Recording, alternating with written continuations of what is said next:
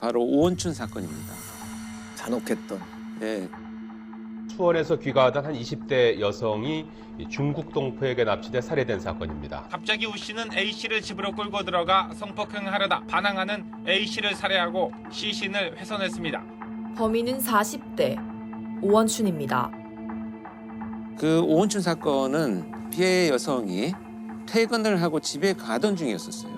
그래서 집에 거의 다다랐을 때 골목 입구에서 마침 나와 있던 오원춘이 피해자를 발견하고 갑작스럽게 공격을 해서 끌고 자기 집으로 들어갑니다. 그러니까 이제 피해 여성은 너무나 놀라고 충격적이어서 잠깐 오원춘이가 화장실에 간 사이에 이제 방에서 문을 잠그고 신고를 합니다. 그런데 이제 경찰의 대응이 너무 잘못됐던 거예요. 일단은 가장 초동 112 신고를 접수한 경찰관이 어떻게 대응하느냐인데 납치가 돼서 성폭행을 당하고 있다. 지금 위기에 처해 있다라고 하는 얘기를 제대로 확인을 하지 않았던 거예요. 지금 어떤 위기 상황인지에 대해서 판단을 했어야 되는데 싸우는 소리나 누군가 위협하는 소리가 들리지도 않고 전화를 할 정도 되면 그게 위기 상황은 아닌 것 같은데 라고 하는 정말 안일한 대처가 결국 이런 결과를 낳았던 안타까운 사례입니다. 네. 그래서 요거를 제가 일단은 몇 가지 나눠드리고 네. 한번 한 번씩 보시면서 녹취록을 보면 112 경찰입니다. 말씀하세요. 112 경찰입니다. 말씀하세요. 네, 여기 목골놀이터 전에 집인데요. 저 지금 성폭행 당하고 있거든요. 이게 이제 대략 어느 정도의 위치인지는 정확하게는 모르지만 일단 진술을 하고 있는 상태입니다. 일단 이제 목골놀이터라고 또 다시 질문을 하고요. 목골놀이터요? 네, 목골놀이터 전에 집인데 어느 집인지 모르겠어요. 지동이요? 네, 동초등학교 좀 지나서 목골놀이터 가는 길쯤으로요. 앞에서 분명히 얘기했던 내용이거든요. 이걸 계속 지금 확인을 하고 이건 답답한 상황이고요. 네. 이런 것은 왜 물어봤는지 저도 이해가 안 가요. 자세한 위치 모르겠어요? 초등학교에서 목골놀이터 가기 전에요. 초등학교에서. 목골놀이터 가기 전이요. 그러니까 본인이 지금 이 피해자는 최선을 다해서 지금 설명하고 있는 거죠. 근데 문제는 이제 위치 조회 한 번만 해볼게요 라고 했는데 위치 조회를 할 수 있는 역량을 동원을 했어야 되는데 계속 이제 그 질문만 하고 있어요. 그 다음 접수자가 누가 그러는 거예요. 이건 더 답답한 상황이죠. 네. 근데 여기 피해자가 아저씨 빨리요 빨리 이러대. 누가 어떻게 알아요? 그 모르는 아저씨라 그러니까 문은 어떻게 하고 들어갔어요? 이런 대화가 오거든요. 이거 사실 중복 질문 계속 하고 있는 거잖아요. 네. 목골놀이터 가기 전 초등학교 누가 그러는 거예요를 반복하고 있는 답답한 상황입니다. 그러다가 피해자의 목소리가 들립니다. 잘못했어요. 아저씨 잘못했어요. 이거는 뭐냐면 오원춘이가 잠깐 방을 나간 사이에 문을 잠그고 피해자가 전화를 걸어서 신고를 하고 있는 중에 문을 부수고 오원춘이 들어온 시점이에요. 그러니까요. 오원춘이한테 피해자가 잘못했다, 전화를 걸어서 잘못했다라고 하는 건데 근데 그 다음에 녹취가 아는 사람인데 남자 목소리 계속 들리는데 부부싸움 같은데 이게 마지막 얘기입니다. 수원 20대 여성 살인 사건에 대한 경찰의 대응이 시작부터 끝까지 총체적으로 부실했던 것으로 드러났습니다. 지난 1일 밤 10시 50분 112 센터에 걸려온 다급한 신고 전화. 그런데도 112 근무자 20여 명이 6분 넘게 피해 여성의 비명만 듣고 있었고 팀장은 손을 놓고 있었습니다. 더구나 피해자가 정확히 놀이터 전에 집이라고 말했는데도 집 아니라는 지령을 넣지 않아 현장 출동자들은 엉뚱한 곳만 헤맸습니다. 여기서 가장 큰 잘못은 구조 요청이고 위기 상황이라고 하면 어떤 상황인지를 자기가 자기적으로 임의적으로 판단하면 안 됩니다. 물론 자기들이 나중에 변명을 할 때는 집집마다 그렇다고 이 시간에 다 들어가 볼 수는 없지 않느냐라고는 하지만 사실 위기 상황이라고 판단이 되면은 지역 주민들이 뭐 경찰한테 항의하고 욕을 한다고 하더라도 해야죠. 이게 문제는 아니라고 저는 보거든요. 그렇죠. 그런데 이 당시에 지금 확인을 나중에 해봤더니 그 경찰관으로 임명된 지 얼마 안 된 초임 순경이 112 신고를 받았다는 것이 이제 밝혀졌죠. 진짜 공포에 떠는 사람의 목소리를 저희는 실제로 들어본 적이 없잖아요.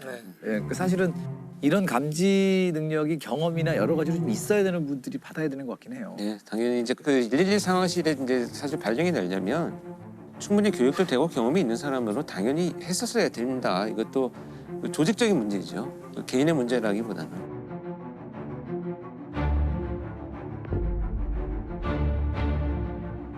근데 오원춘은 어떻게 잡혔나요? 그냥 현장에서 잡혔나요? 당시에 그래서 밤새 거기 이제 형사까지 동원이 되어가지고 집집마다 수색을 하기 시작을 했습니다. 네네. 경찰이 계속 수색을 하면서 이 집의 문을 두드렸는데 열리지 않으니까 거의 반 부수고 들어갔는데 그 부수고 들어갈 때까지 시신을 훼손하고 있었던 거예요. 그래서 도망가지도 않고 예, 그 안에서 그냥 자기 집 안에서 그런 상황에서 체포가 된 거죠. 그래서 프로파일러의 작업으로 이제 면담을 하러 갔는데 면담을 하면서 제가 너무나 화가 났던 것이 면담을 하고 있는데 뭐 미소 짓기도 하고요. 그 다리를 이렇게 꼬고 뭐 건들거리기도 하고 이런 모습이 있었어요. 그래서 정말 제가 면담을 한다는 목적은 많은 정보를 얻어내기 위해서 그런 것들을 정말 내가 이렇게 참고 끝까지 들어야 되는데 다리 내려 웃지 마 뭐 이런 어떤 그 이 제재를 하면서 마치 그 형사가 취조하듯이 제가 면담을 했던 이런 기억이 있어요. 너무 화가 나고 못 참겠더라고요. 그러니까 죄의식이나 뭐 어떤 네. 그런 게 하나도 없는 거죠. 없었어요. 근데 대화를 나누고 나서 분석을 한 결과는 사이코패스는 아닌 것으로 저는 일단은 면담의 결과 보고서를 작성을 했어요.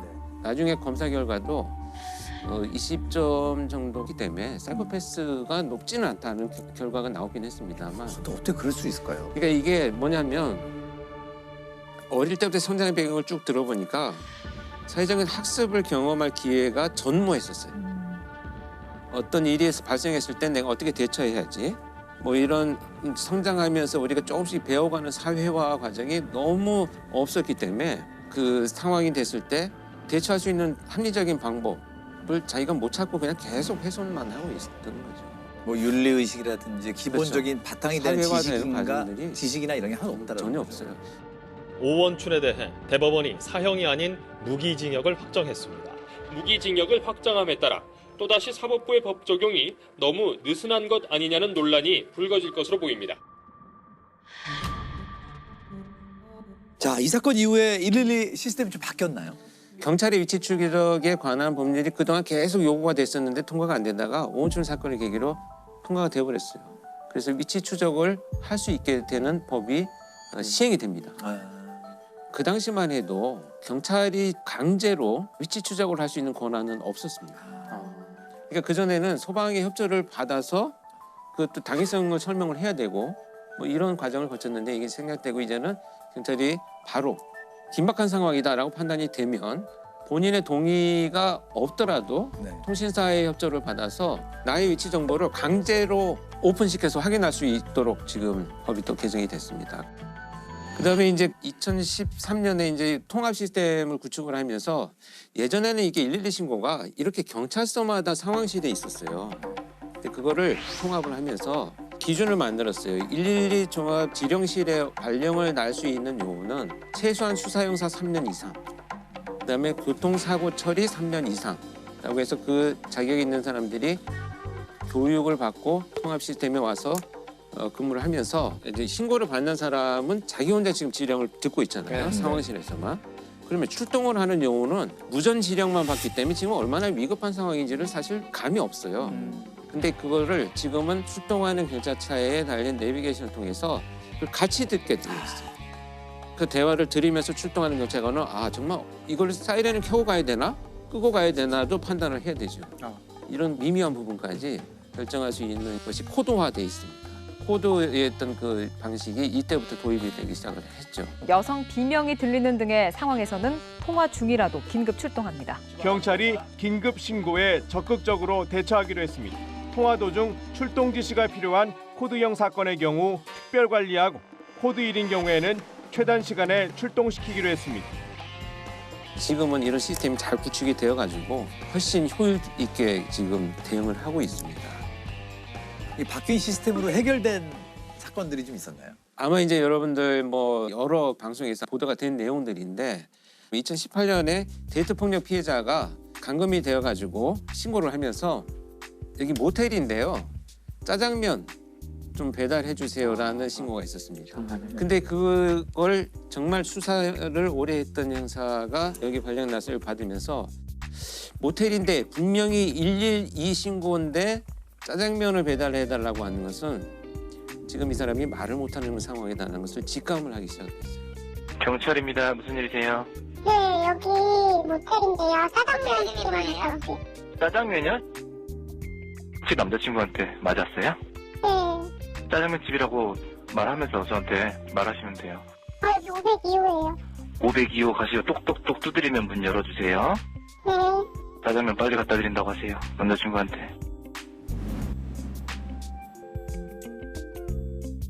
차분히 정말 중국집인 것처럼 대화를 나누면서 그 위치를 확인을 해가지고 현장에 출동을 해서 체포가 된 사건이 있었죠.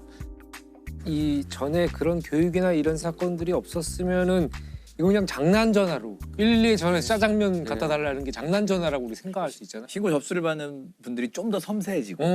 그래서 이제 이런 것들이 방송에 나가고 나니까 가정폭력이나 신고를 하기 어려운 분들이 다양하게 좀 위기 상황을 대처하는 것으로 발전을 해 나갑니다. 아까 되게 저희들이 몰랐던 사실 그 문자로 신고할 수 있다는 건 정말 왜냐면 소리를 못 내고 납치당한다거나 하는 분들은 내비게이션 앱이나 이런 거 보면은 우리 좌표를 이렇게 정확히 찍을 수가 있어요. 그렇죠. 예. 그거를 캡처해서 보내면 되잖아요. 메시지로. 네. 그러면 그렇죠. 소리 하나도 없이 신고할 수 네. 있거든요. 그래서 우리 방송이 저는 굉장히 중요하다고 보는 게 저의 아내나 가족들 아이들도 아빠 문자 신고 같아? 이거를 모르고 있어요. 위기 상황이 된다면 꼭 반드시 말을 해야 되는 건 아니다. 그조차도 안 되는 상황이 있다면 112에 신고를 해놓고요. 그냥 놓아두면 됩니다. 그러면 위치 추적을 해가지고 경찰이 지금 말도 못하는 상황이구나라는 것을 반드시 확인을 하러 출동을 하니까 일단은 신고를 하는 것이 본인을 보호하는 그냥 첫걸음이 되지 않나.